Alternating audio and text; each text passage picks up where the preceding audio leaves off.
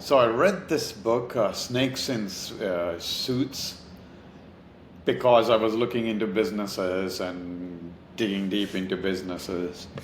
And I think that's why this popped up in my, I think, suggestions and sounded interesting. Like, wanted to read about it to maybe spot in future, maybe those types, or maybe in my experience, if I have encountered those people. And sure enough, seems like maybe at least one person for sure. In the at least one of the managers I had, yeah, a long time ago, back I don't know, 10, 12 years ago, definitely as I would say, essentially a sort of a psychopath type of manager. I don't know how we ended up being a manager, but that's a different story. But this is written by two psychologists, practicing psychologists. I guess they actually coach businesses, and that's their specialty, spotting the psychopaths, or even the dark triad, the Machiavellian sadists and the psychopaths.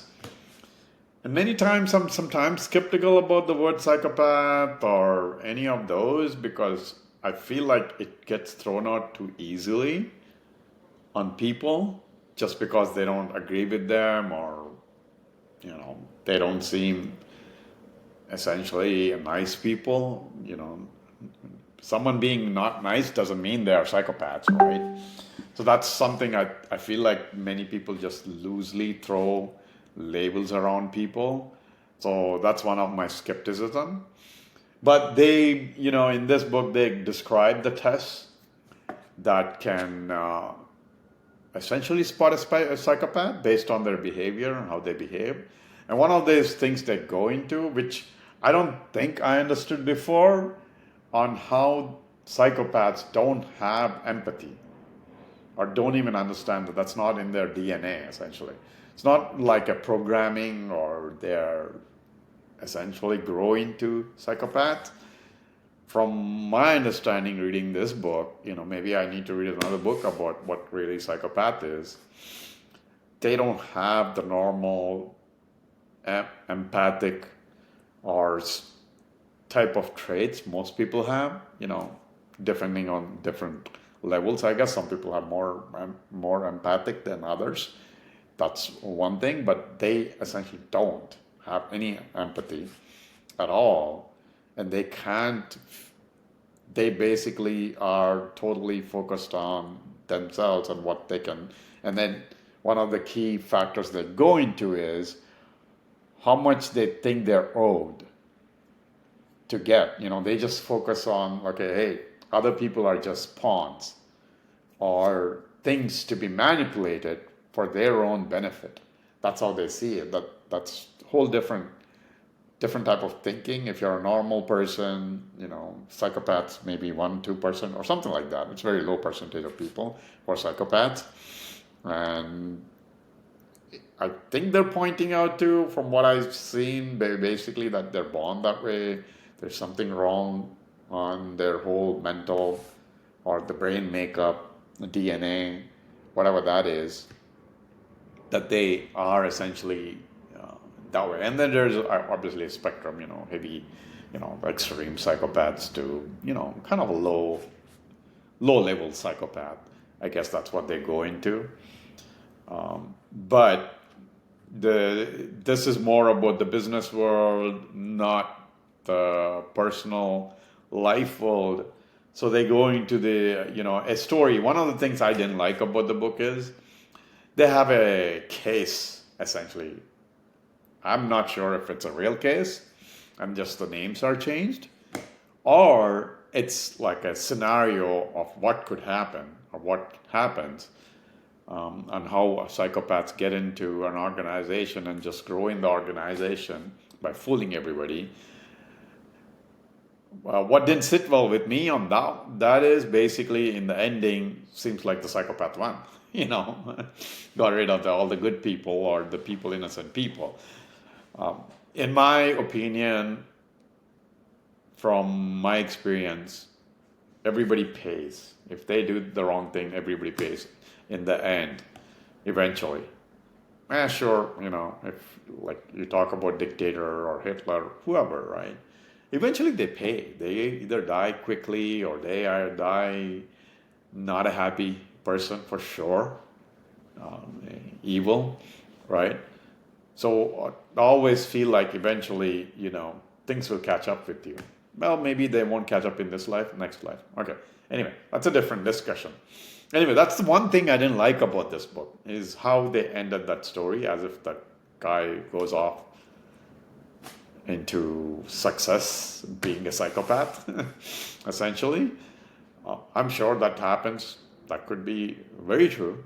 Many people, escape being caught because how well they hide their psychopath and then how they manipulate others.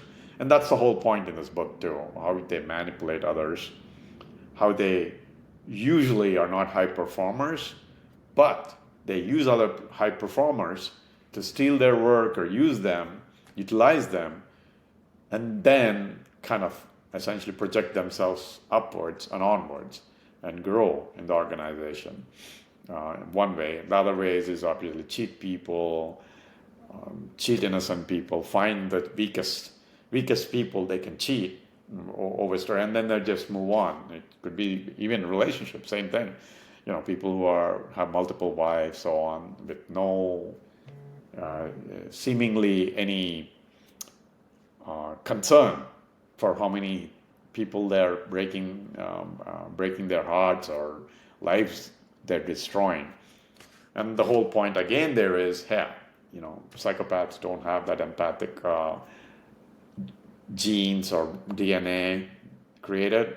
Again, one of the things I'm questioning there is, I'm not sure, I'm just going by the book and their studies, that psychopaths are always born that way, or mostly born that way. Anyway, I just, one of the things I've learned in my life is that people change, depends on their experiences, no matter who they are. Now, psychopath is a bit extreme case, so maybe that's the case where their DNA, they can't feel the empathy, so they don't find the need to change and cannot change because they're just not even aware that's something wrong. They just don't have the concept of right and wrong in the traditional sense. That's how they go. But important thing is, I don't know if it's a must read for everybody, but I would say understanding what a psychopath is, how they behave at work, can help a lot of organizations, big or small, save the heartache of an organization or team destroyed because of one bad person. One of the things I've learned a long time ago, I've built teams both in the tech world and also outside the tech world. I've learned, I forgot, Dan Jacobs said this, formerly with Apple. It's better to have a hole in the team than an asshole. And that's pretty much it, right? Be careful. The team is everything and the team chemistry is everything. One bad person can destroy the whole team and even an organization. And I think that's the key point of, snakes in suits, and then hold the psychopath, how they can destroy an organization, family, so on and so forth. Anyway, I don't know if I say highly recommend. I would say good read, maybe good listen, or at least understand what is a psychopath and how can they get into an organization so that you're aware. That doesn't happen to your team, your business, your organization, maybe the family, friends, circle, whatever, even a church organization. Many ways psychopaths can destroy things. So anyway, hope that helps.